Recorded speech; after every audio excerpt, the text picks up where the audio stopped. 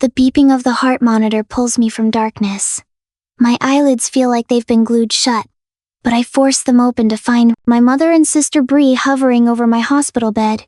Their expressions are oddly cheerful, a stark contrast to the antiseptic smell in the IV, lines snaking from my arm. "She's awake," Bree says, her voice pitched higher than normal. "She's wearing a silk blouse I don't recognize, her hair freshly highlighted." Mom leans closer, her perfume overwhelming the hospital scents. "How are you feeling, sweetheart?" "The doctor says the food poisoning was quite severe." I try to speak, but my throat feels like sandpaper. 3 days unconscious, according to the whiteboard across from my bed. 3 days, with my wedding just a week away. "Malcolm?" I manage to rasp. Mom and Bree exchange a look that sends alarm bells ringing through my foggy brain. "About the wedding," Mom says, smoothing her linen pants. "We canceled it. He wasn't right for you. But don't worry. We made use of the deposit." The monitor beside me erupts with rapid beeping. My heart feels like it's trying to punch through my ribs. "What?" The word tears from my throat. Bree steps forward, eyes bright with excitement. "Your venue, your flowers, your photographer, they're all being used for my engagement celebration.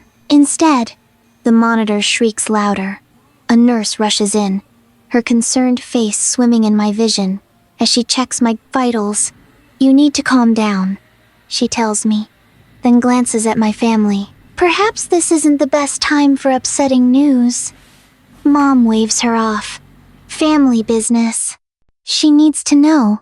As the nurse reluctantly leaves, memories flood back. 14 months of planning, every penny saved from my freelance graphic design jobs, late nights, creating custom invitations to save on printing costs, the $20,000 personal loan I'd taken out to cover final expenses, everything paid with non-refundable deposits. I remember Mom's face when I showed her my simple wedding dress. All I could afford after paying for everything else. She'd pursed her lips, disappointed. At least someone in this family is practical. The room spins slightly as I struggle to sit up. "What did you tell Malcolm?" Bree shrugs, examining her manicure. "That you were backing out. That you didn't want to go through with it." My hands stop trembling. A strange calm washes over me as I reach for my phone on the bedside table. "It's not there. Where's my phone?" "We took care of everything," Mom says, her voice soothing in a way that makes my skin crawl. "The phone's been ringing non-stop with questions. You had no right." My voice sounds stronger than I feel. "Romy, be reasonable," Bree says, perching on the edge of my bed. "You're creative. You'll understand one day. This was bigger than your little wedding." Am I? Little wedding. The words slice through me. The venue I'd fallen in love with but could barely afford. The photographer who'd given me a discount because he liked my design portfolio. The florist who'd worked with my limited budget to create something beautiful. My mind calculates quickly $8 in non-refundable deposit lust. My relationship with Malcolm potentially destroyed by their lies. And something else. Something I've always known but never fully faced. My family has always seen me as less worthy than my sister. I stare at them. These women who share my blood but who could hurt me so carelessly. In their eyes, I see no remorse. Only the expectation that I'll eventually understand. That I'll forgive. Because that's what I've always done. But as I look at Bree's smug smile and Mom's dismissive confidence, something hardens inside me. Something that's been soft for too long. "Get out," I whisper. "What?" Mom blinks, genuinely surprised. "Get out of my room." Each word is perfectly clear despite my raw throat. "Now, Romy, out." The monitor shrieks again as the nurse returns, more insistent this time. As my family is ushered from the room, I close my eyes against the fluorescent lights, against the reality of what they've done. They've taken everything, but they've also shown me exactly who they are, and who I need to become. The discharge papers feel like sandpaper between my fingers as I unlock my apartment door. 3 days in the hospital has left my body weak. But what happened in that sterile room has hardened something inside me. The smell of stale air greets me. A reminder that life paused while mine was stolen. My laptop sits on the coffee table where I left it before the food poisoning hit. I plug it in, hands still trembling slightly from medication and rage. When the screen lights up, a notification appears. 467 unread emails. I click on my sent folder first. A habit from managing client deadlines. Messages I never wrote. Stare back at me. Dozens of them. All sent during my hospitalization. To my venue. I've decided to transfer all arrangements to my sister's engagement party instead. Same date, same details. To my florist. Please redirect my order to celebrate my sister's engagement. The family is thrilled about this change. To my photographer, as discussed with my mother, please shift all services to my sister's event. Nausea rolls through me. Entirely different from the illness that landed me in the hospital. This was calculated, planned, executed while I lay unconscious. My phone, which Mom finally returned as I left the hospital, vibrates with a text notification. Malcolm's name appears on screen. The first contact since I woke up. I wish you just told me yourself instead of having your mother call. After 3 years together, I deserved that much. The room spins as I stumble to my bedroom closet. My wedding dress should be hanging in its garment bag, protected by plastic and hope. The closet stands empty, except for my everyday clothes. They've taken everything. My doorbell rings an hour later. When I open it, my parents and Bree stand in the hallway, faces arranged in expressions of concern that don't reach their eyes. They file into my living room, remaining standing while I sink into my armchair. Still, unsteady. How are you feeling, sweetheart? Mom asks, her hand patting my shoulder. The question ignites a fire in my chest. But before I can respond, Bree steps forward. Her left hand extends in a graceful gesture, and I freeze. My engagement ring, the simple, emerald-cut diamond Malcolm saved for months to buy glints, on her finger. I'm keeping it safe, she explains, twisting it slightly. Since everything's been so chaotic, Dad clears his throat, taking charge as he always does when difficult truths need explaining. Romy, we need to discuss the practical aspects of what's happened. Practical? The word scratches my throat. You were too sick.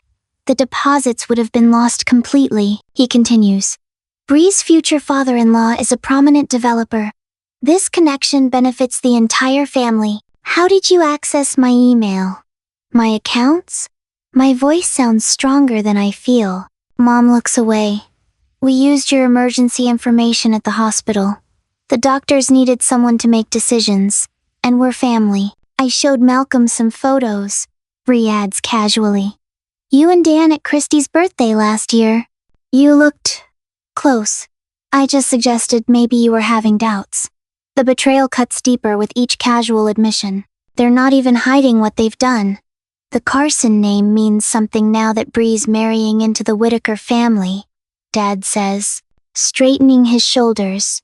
Sometimes individual sacrifices are necessary for family advancement. Individual sacrifices. As if my wedding, my savings, my future were just inconvenient obstacles to Bree's happiness. Do you understand what you've done? I ask.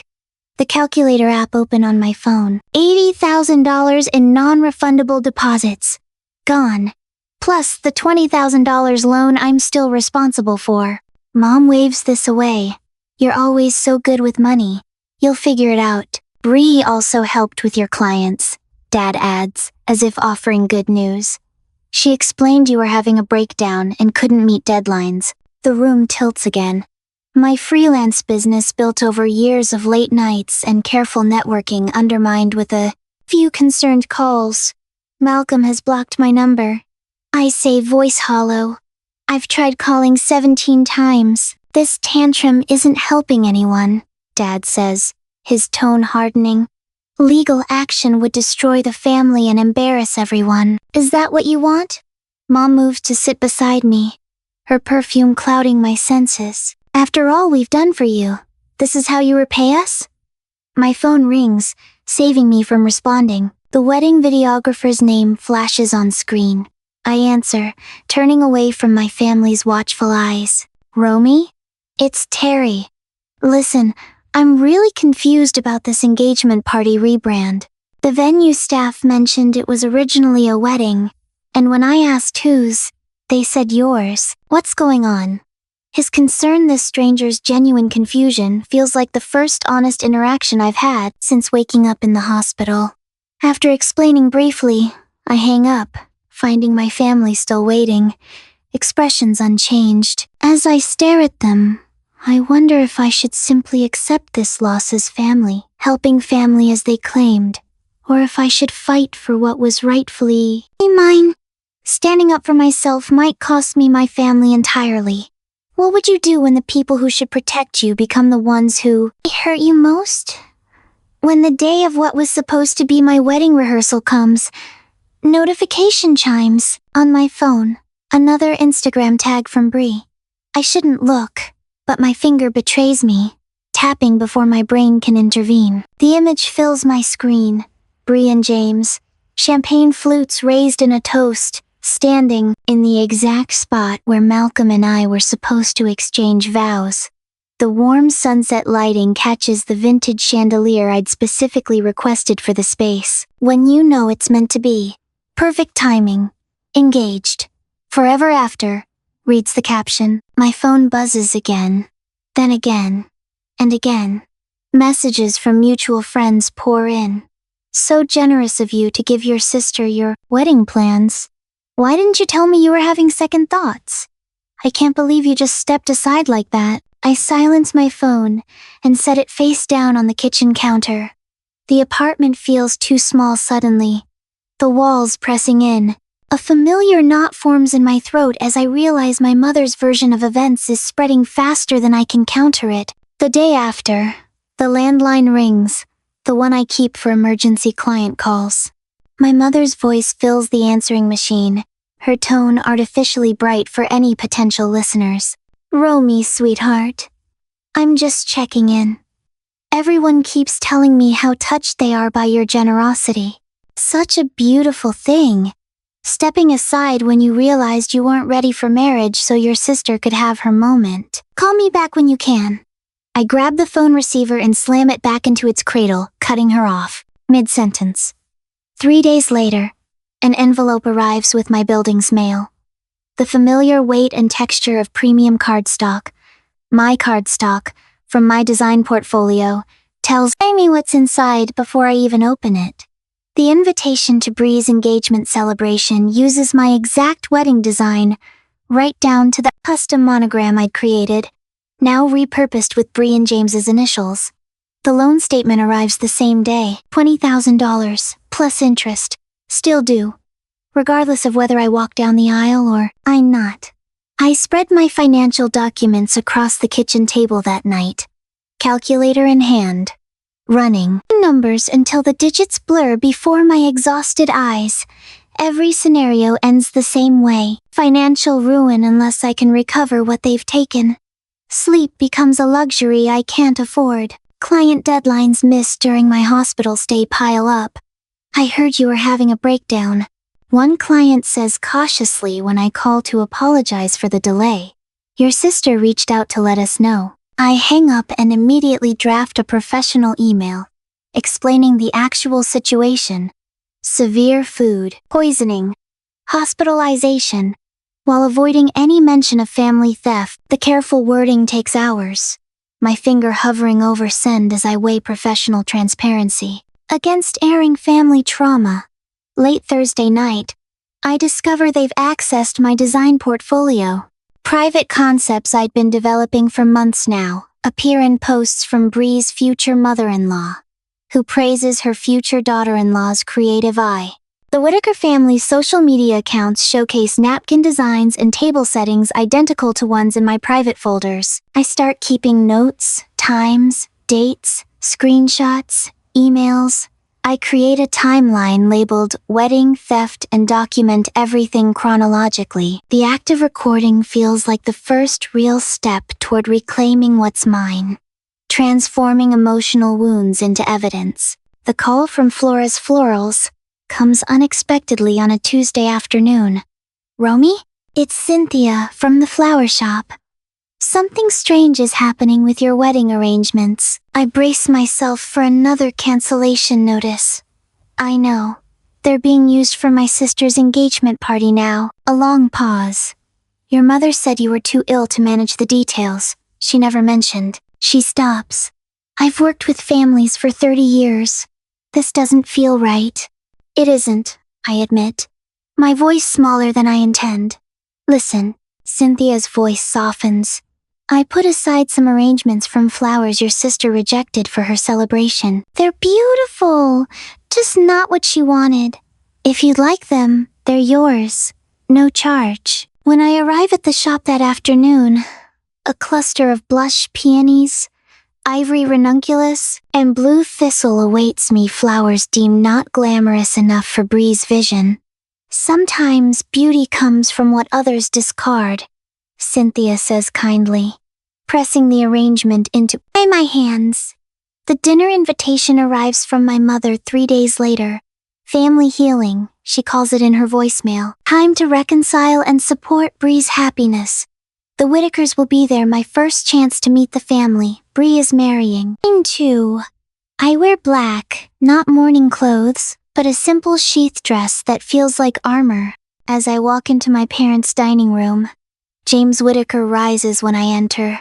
His handshake firm, his smile genuine. He clearly has no idea.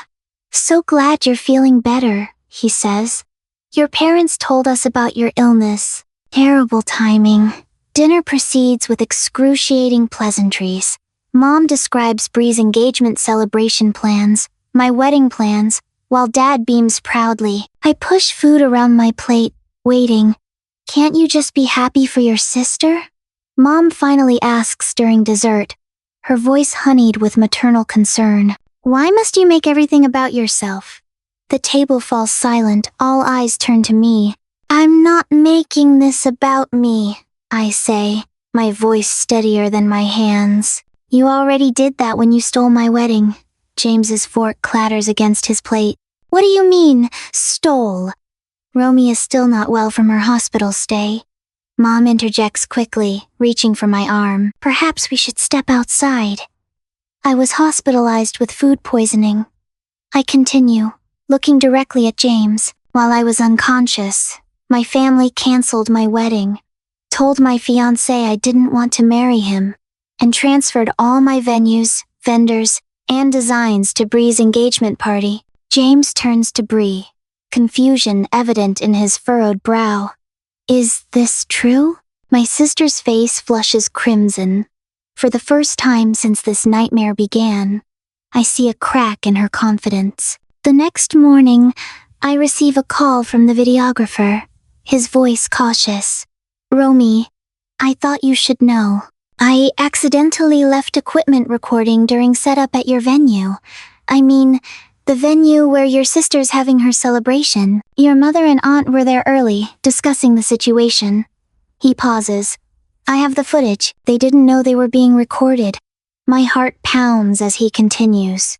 Your aunt said, and I quote, "This was for the best." Bree elevates the family name. Romy. Well, she always aimed small. Within days, the photographer emails, then the venue coordinator. Each message expresses discomfort with the situation, offering statements about what really happened. These strangers, people I hired but barely know, show more concern for my well-being than my own parents. One Wednesday evening, I search for civil attorneys specializing in fraud and contract litigation. I'm halfway through drafting an email when my phone lights up with a name I'd almost given up seeing. Malcolm. I've been hearing some strange rumors, he says, his voice guarded but not hostile. Stories that don't match what your mother told me. I close my eyes, relief washing through me. I need to tell you what really happened. Later that night, as I shut my laptop, preparing for bed, a new email notification appears. The sender, James Whittaker. The subject line, request to meet privately. I open it, my fingers suddenly steady as I type my response. 3 days later, the morning light filters through the coffee shop windows. As I arrange my documents on the table, everything organized, labeled, dated.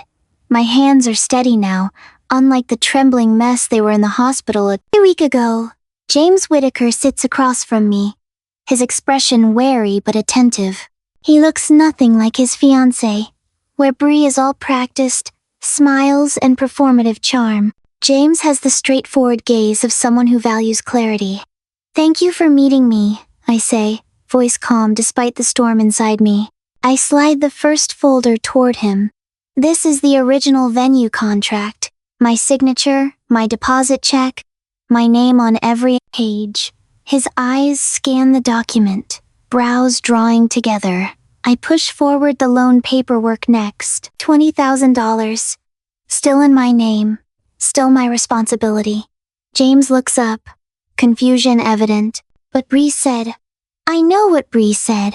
The words come out sharper than intended. I take a breath, remembering my attorney's advice. Facts, not emotions. Here are text messages from the vendors confirming the transfer of services while I was hospitalized. Each piece of evidence lands between us like stones dropping into still water. James's face grows increasingly troubled, ripples of realization spreading across his features. His coffee sits untouched, cooling beside contract pages that burn with implications. I was told this was a generous gift from your family. He finally says, voice hollow, that you wanted to step aside because you weren't ready for marriage. Nothing was given. I reply, the words simple but devastating in their truth. Everything was taken. The bell above the door chimes, and I don't need to turn to know who's entered. The scent of Bree's perfume, always too strong, always announcing her presence before she speaks, wraps around us like a chokehold. What's going on here? Her voice carries across the quiet shop, drawing glances from other patrons. Having a little secret meeting about me? James stands, his face tightening. Bree, we need to talk about these contracts. Contracts? Bree laughs, the sound brittle against the morning quiet. She's always been jealous of me, always trying to ruin my happiness when things finally go right. A woman at the table beside us looks up, recognition flashing across her face.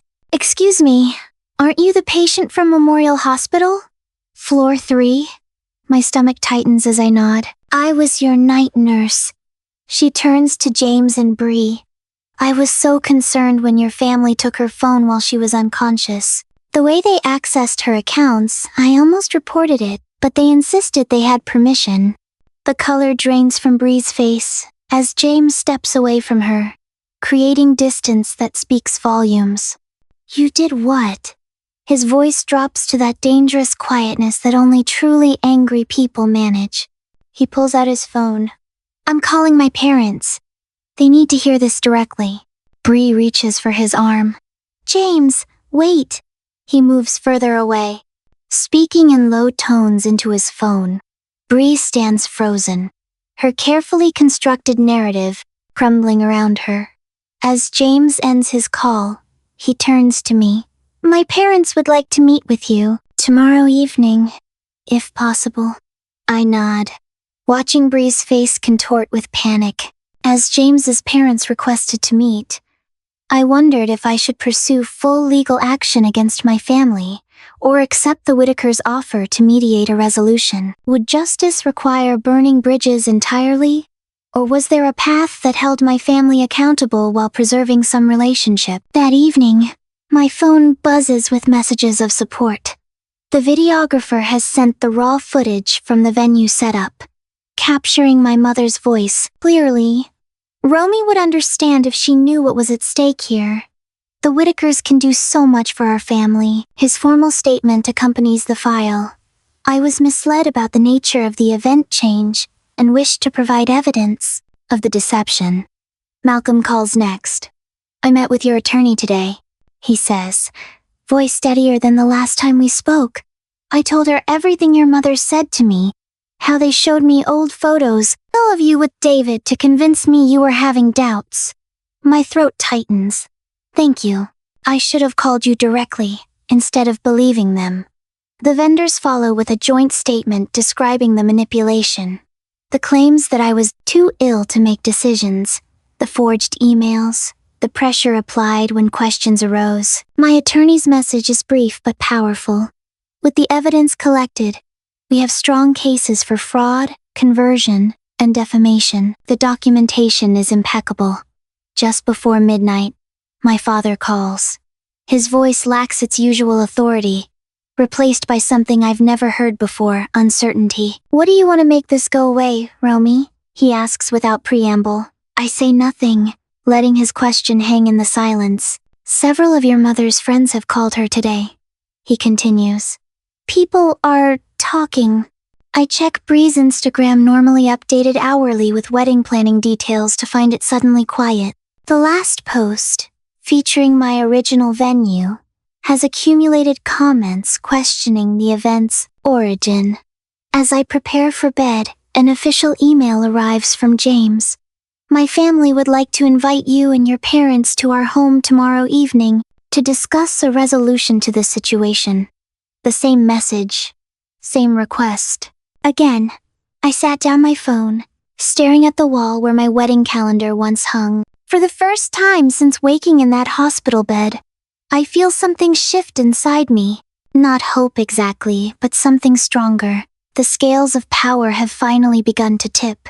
The next day, the Whitakers' living room feels like a museum, pristine cream furniture, family photos in sterling silver frames, not a cushion out of place. James's father sits with military posture, his mother perched beside him like a vigilant bird. I sit across from them, my hands steady despite the storm inside me. My family arrives 15 minutes late. Mom sweeps in wearing her church clothes, Dad tugging at his collar like it's strangling him. Bree follows, her eyes puffy but chin high. We've prepared a statement, Dad announces, unfolding a paper with trembling fingers. There have been unfortunate misunderstandings between our daughters. This was simply a case of family helping family during a crisis. The words echo hollow against the Whitakers' vaulted ceiling. No one responds. Mom leans forward, her pearl necklace catching the light. Romy, we've always supported you, even when you chose that impractical career over the accounting degree we offered to pay for. I remember eating ramen for dinner 3 nights a week, while putting myself through design. High school! The audacity of her revision of history makes my jaw clench. Bree sighs dramatically. I'm sorry you feel hurt, but everything worked out for the best. James and I needed a proper celebration, and you were too sick to use what you'd arranged. Family loyalty matters, Dad interjects, his voice rising slightly. Keeping private matters private is what distinguishes respectable families. Mr. Whitaker's eyebrow lifts almost imperceptibly. If you pursue legal action, Mom says, her voice dropping to a whisper, you'll be cut off completely. No holidays, no contact with your cousins, no family support ever again. The threat hangs in the air like smoke. I take a deep breath and place my leather portfolio on the coffee table. The room falls silent as I open it methodically. I'd like to share some information with the Whitakers, I say, my voice steadier than I've ever heard it. From my bag, I remove a small speaker and place it beside my documents. With one touch, voices fill the room. My mother and aunt, crystal clear. This was for the best. Bree elevates the family name. Romy, well, she always aimed small. Her wedding would have been embarrassing compared to what we've arranged for Bree. Mom's face drains of color. I press another button, stopping the recording. The videographer accidentally left equipment running during what was supposed to be my wedding. I set up. I explained to the Whitakers, He was quite troubled by what he heard. I spread out printed emails showing my mother accessing my accounts while I was hospitalized. Correspondence with vendors where she impersonated me. Bank statements revealing my wedding loan payments diverted to cover Bree's additional expenses. There are 23 separate fraudulent transactions, I say, pointing to highlighted figures, not including the identity theft when they accessed my email and vendor accounts while I was unconscious. James's father leans forward, scanning the documents, his jaw tightening with each page. "This isn't family helping family," he says, finally, voice like gravel. "This is theft and fraud." Bree begins to sob. Mom reaches for her hand, ignoring me completely. I meet Mr. Whitaker's gaze. I don't need their approval anymore. I just need them to make this right. The room feels charged, like the air before lightning strikes. Family photos stare down from the walls. Generations of Whitakers looking proper and principled. I wonder what they would think of this drama unfolding beneath their frames. Mr. Whitaker stands, straightening his cuffs, a businessman's habit before delivering terms. "You have two options," he tells my family. "Full financial restitution, including the $80,000 in deposits, loan interest, and compensation for emotional damages, along with a public apology clearing Romy's name with her clients and friends, or legal proceedings, which I assure you will become very public, very quickly." Bree's crying turns to wailing. "You're ruining everything. This was supposed to be my moment. Everyone was finally seeing me." Mom wraps her arm around Bree's shoulders. "Sweetheart, we'll fix this. Don't worry." She doesn't glance my way. The weight of 30 years of being second best should crush me. But somehow, watching their performance now, I feel nothing but clarity. Mrs. Whitaker rises from her seat, and to everyone's surprise, moves to stand beside me. Her hand rests lightly on my shoulder. "In our family," she says quietly, "we value honesty above convenience." Dad slumps forward, elbows on knees, finally meeting my eyes. "We made a terrible mistake. We will make restitution." The admission should feel like victory. Instead, it feels like watching strangers acknowledge a debt. Mr. Whitaker turns to his son. "James, I believe you should reconsider this engagement." Character reveals itself in crisis. Bree gasps, mascara streaking down her cheeks. As Dad signs the agreement, Mr. Whitaker's lawyer prepared full repayment of $80,000 plus interest and damages. I feel no triumph, only exhaustion. The photos from Bree's stolen celebration will be removed from social media and vendor websites by tomorrow morning. The money will be returned within 30 days. What remains unresolved is whether I can ever trust my family again after such a fundamental betrayal. Some broken things can't be mended with money or apologies. As we conclude the meeting, Mrs. Whitaker walks me to the door. Through the leaded glass panels, I see a familiar figure waiting by a car in the circular driveway. Malcolm stands in the golden afternoon light, hands in his pockets, uncertain but present. James invited him to hear the truth. I pause at the threshold, wondering if second chances exist for relationships built on ruins. But somehow, I already know the answer. And in a year, I will finally breathe fully. A year later, the morning sunlight pours through the wide windows of my Portland apartment, casting golden rectangles across the polished concrete floor. I move between them, barefoot, coffee mug warming my palms as I study the mock-ups spread across my drafting table. The space feels entirely mine.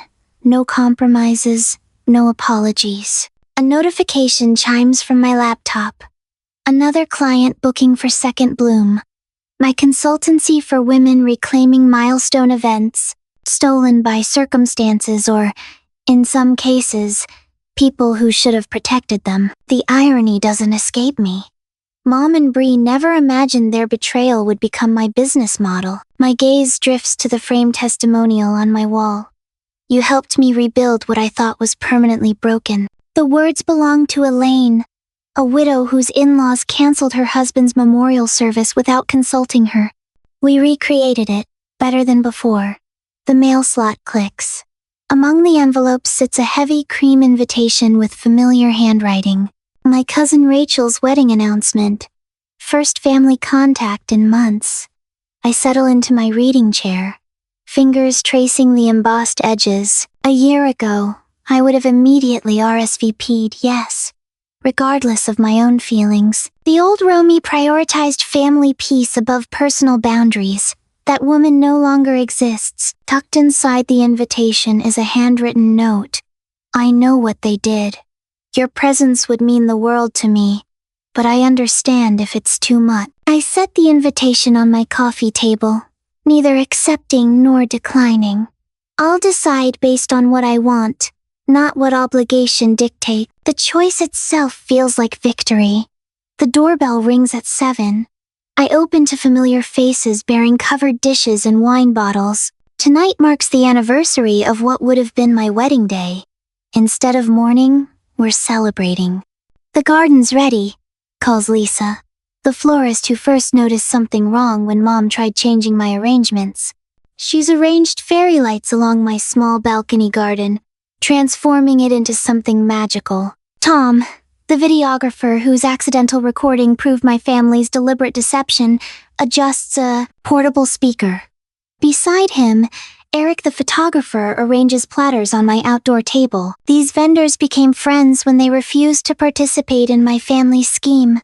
Malcolm arrives last, looking relaxed in a way he never did during our engagement. We tried rekindling our relationship after the truth emerged, but some broken things can't be mended. The friendship that remained proves more valuable than what we lost. He raises his glass as we settle around the table, to boundaries that protect and second chances that heal. The next morning, I sit before a microphone in a downtown studio. The producer signals 5 seconds until we're live. Today, on the Stories We Reclaim, we're speaking with Romy Carson, whose family's betrayal became the foundation for her successful consultancy, helping others rebuild after personal catastrophes. The host begins. Romy, we've received news that a publisher has approached you about sharing your experience in book form. I smile. Yes, it's still surreal. The book will focus on helping others recover from family betrayal, without losing themselves. The question many listeners wonder, have you forgiven your family? I consider carefully. Forgiveness doesn't mean allowing harmful people continued access to your life. I've released the anger, but maintained the boundaries their actions made necessary. After the interview, I walk through the Japanese garden, stopping to photograph a delicate purple blossom pushing through a crack in a stone wall, beauty emerging from brokenness. As I capture the image, I wonder if reconciliation requires forgetting the past, or if true healing comes from remembering but no longer being defined by it. What moments in your life have you had to reclaim from those who tried to take them?